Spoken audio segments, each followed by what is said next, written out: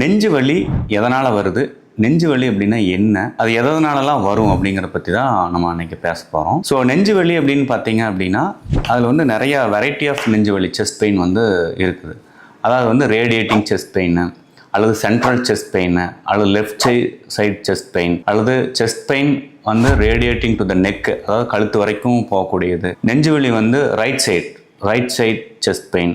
அதே மாதிரி நெஞ்சிலேயே வந்து பேக் சைட்லேயும் ஒரு சிலருக்கு வந்து வலிகள் வரலாம். என்னென்ன காரணங்கள் அப்படின்னு நீங்கள் பார்த்தீங்கன்னா, ஃபஸ்ட்டு ரீசன் வந்து நெஞ்சு வலி வந்து ஹார்ட் அட்டாக்னால மட்டும்தான் வருமா அப்படின்னா அப்படியும் இருக்கலாம்.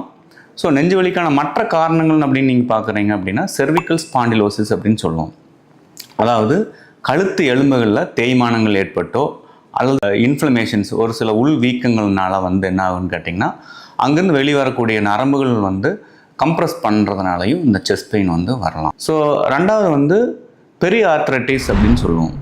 அதாவது வந்து இடது பக்கத்தினுடைய ஷோல்டர் அல்லது வலது பக்க ஷோல்டர் ஒரு சிலருக்கு வந்து சர்க்கரை வியாதிகள்னால போதுமான அளவுக்கு ரத்த ஓட்டங்கள் அங்கே இல்லாதனால என்ன ஆகுனா அங்கே வந்து பெயின் வந்து ஜென்ரேட் ஆகும். அந்த ஷோல்டர் பெயின் வந்து செஸ்ட் வரைக்கும் வரலாம். ஸோ அதை வந்து நிறைய பேர்த்துக்கு வந்து டிஃப்ரென்ஷியேட் பண்ண முடியாமல் போகலாம்.